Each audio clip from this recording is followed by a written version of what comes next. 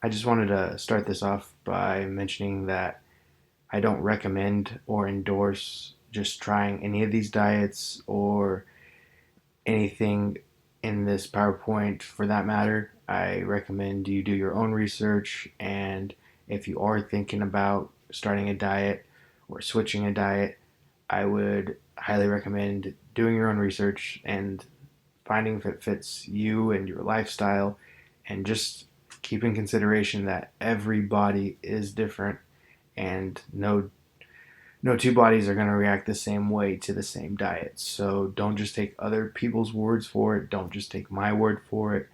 Uh, do your own research and just be aware. So this is a nutritional PowerPoint I did for a speech class a few years back. It's called Nutritional Facts: Our Problems with Food. Eating, the major problem we have with our modern day diet. A lot of things have changed, especially since the Industrial Revolution. Uh, what are we really eating? Some of us may think we're eating healthy, but when you look deeper into the ingredients, it's not as healthy as you would think.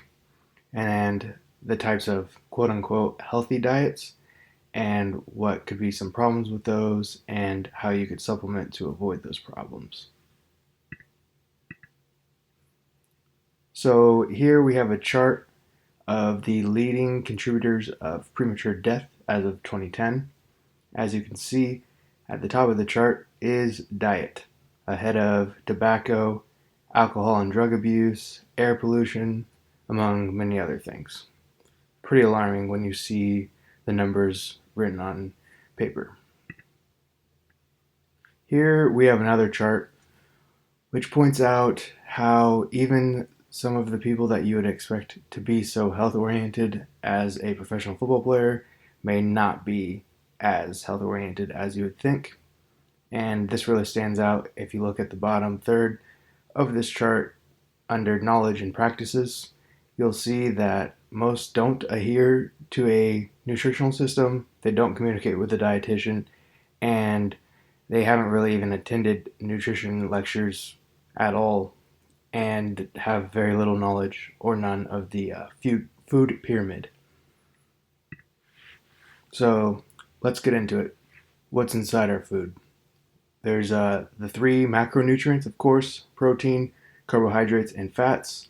We'll get into all three of them, how they differ, how they can work together, and how you need to balance them. The other side of things is micronutrients, which contains vitamins and minerals. And this is where I don't recommend a bunch of supplements, but the one that most of us should take is probably a daily multivitamin, just to make sure you're getting all those micronutrients that you may be missing in the modern day diet. So here we break down the three macronutrients: carbohydrates, fats, and protein. We'll start with the carbohydrates. Carbohydrates are made up of carbon, hydrogen, and oxygen. They're used in the form of energy in the form of glycogen, which glycogen is stored within the muscle fibers and the liver. Um, Carbohydrates are used in quick explosive activities like weightlifting or sprints. Carbohydrates also aid in the digestive process. Something called ketoacidosis is caused from the starvation of a low carb diet, and is something to watch out for, especially if you're doing something like an strict keto. Carbohydrates have gotten a bad name over recent years and has been deemed a bad word, and stay away from carbs. But as you'll see, the point of this PowerPoint is balance, and it's key to have these in your diet. Next, we'll move on to the fats or lipids.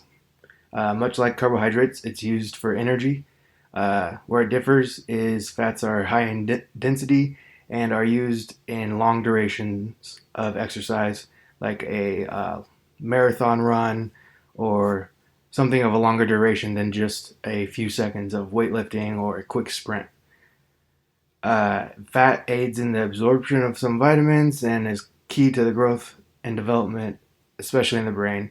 Also helps pad and protect things like the joints.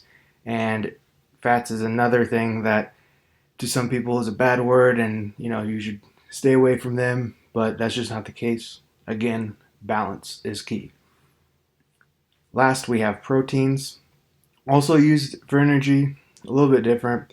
It's used in tissue repair too, and it consists of carbon, hydrogen, oxygen, and nitrogen, which the nitrogen molecule is what differs it from the other two, and is also what could lead to troubles if you consume too much protein, which we've seen happen in some rare cases of people over supplementing protein, and it leads to organ failure, and it's very hard to get to. But this is why you use protein shakes as a supplement, not a end all be all. You should definitely eat real food above all else. Here we have unrefined and refined carbs. What's the difference? Because a lot of people with the carbs are bad technique are really referring to refined carbs, which refined carbs is carbs that were processed and through this process have had many of the vitamins and minerals removed. Examples would be bread, cereal, and pasta. Pretty much refined carbs, an easy way to narrow that down is if it's boxed, bagged, or packaged in some way, it's probably refined, whereas unrefined would be like whole fruit or whole vegetables. Um, Something not in a box, you'll find them in the outside of the grocery store, not in the aisles. And that brings us to unrefined carbs, which don't get the nutrients processed out, and examples being whole grains, fruits, and vegetables. Next, we have fats, which again, high density energy. Extra is stored in the body in the form of fat. Omega-3 fatty acids are essential, and you can get these things through supplements like fish oil. It's broken down by the pancreas, and fat's essential to breaking down protein.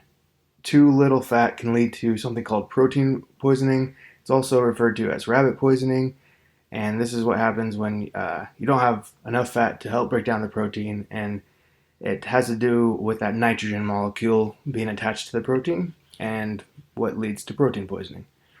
Uh, that gets into protein here.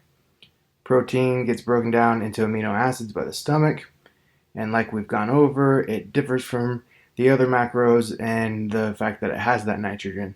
And the nitrogen waste is processed by the kidney, and too much will lead to organ failure. Now we'll get into the types of popular diets. Here we have listed just some of the big ones: Atkins, of course, the Zone, Paleo, Ketogenic, and Vegetarian. We'll start with the Atkins diet. It's one of the most popular diets. You've probably heard of it. But what's the point of the Atkins diet? It's focused on controlling insulin levels, it's low carb, and it's a little extreme in some cases in the fact that it tells you to avoid fruits like bananas and apples, and high carb vegetables like carrots. Um, my advice on this one is if it's whole food and it's not blended into a smoothie or juiced, it's probably okay, and you probably don't need to go as extreme to cut out bananas and apples. Just you don't need to be eating them all the time. As long as you're balanced in your diet, you're probably going to be okay. This diet does benefit some people who have certain conditions. Like many of these diets, it's from person to person. And just because one person tells you that the Atkins diet is great and they swear by it, it may not work for you. Do your research. Make sure that anything that you're going to try is something that you think your body could handle. Next, we have the Zone diet. It's focused on balancing the macronutrients, which is really a cool thing, but you don't have to be as strict to weigh each meal out. The balancing of the macronutrients are 40% carbs, 30% fats, and 30% protein.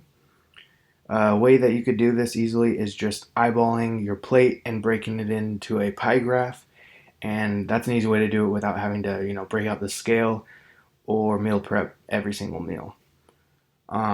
The Zone Diet focuses on lean meats and natural carbohydrates, which is another cool thing about it.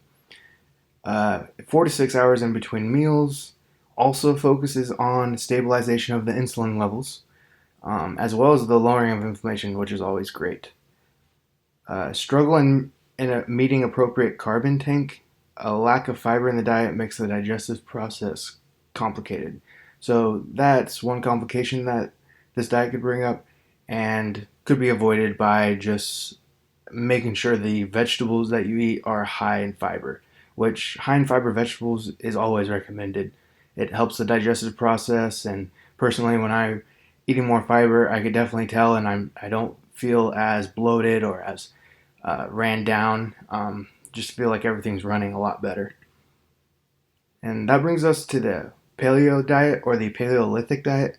It's coming from the name coming from the time in which it kind of encapsulates the food.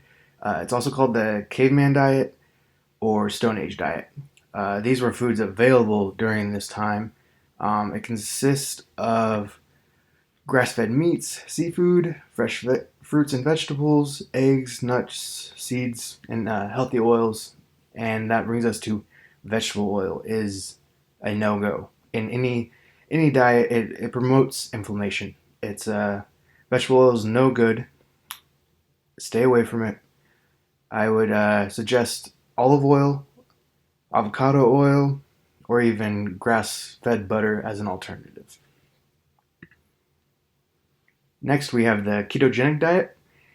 Its whole purpose is ketosis, and ketosis is the process that takes place in the body when it's depleted of glucose, also carbohydrates, and burns stored fat instead.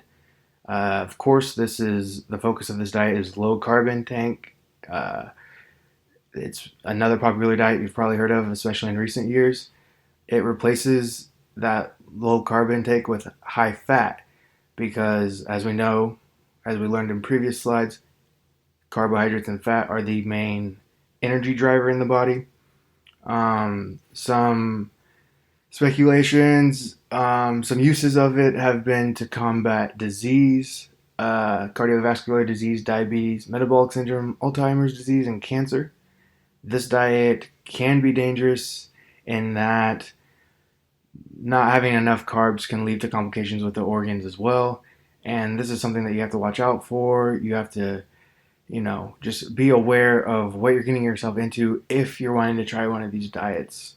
Ketogenic diet is especially popular in the CrossFit community, and I personally have heard some stories about some negative side effects of the ketogenic diet. So just, be aware, do your research when starting any of these. Last, we have the vegetarian diet.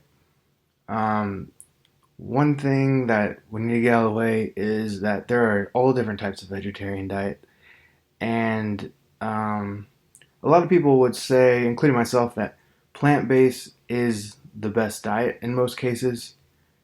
I eat meat, but I try to have my main source revolve around fruits and vegetables, and there are certain things like the theory of fruit till noon, which I've partaken in before, and I don't always do now, but the whole concept is only eating fruit or vegetables until noon, and then, don't go crazy the rest of the day, but you can kind of open up your diet to a more paleo type of style.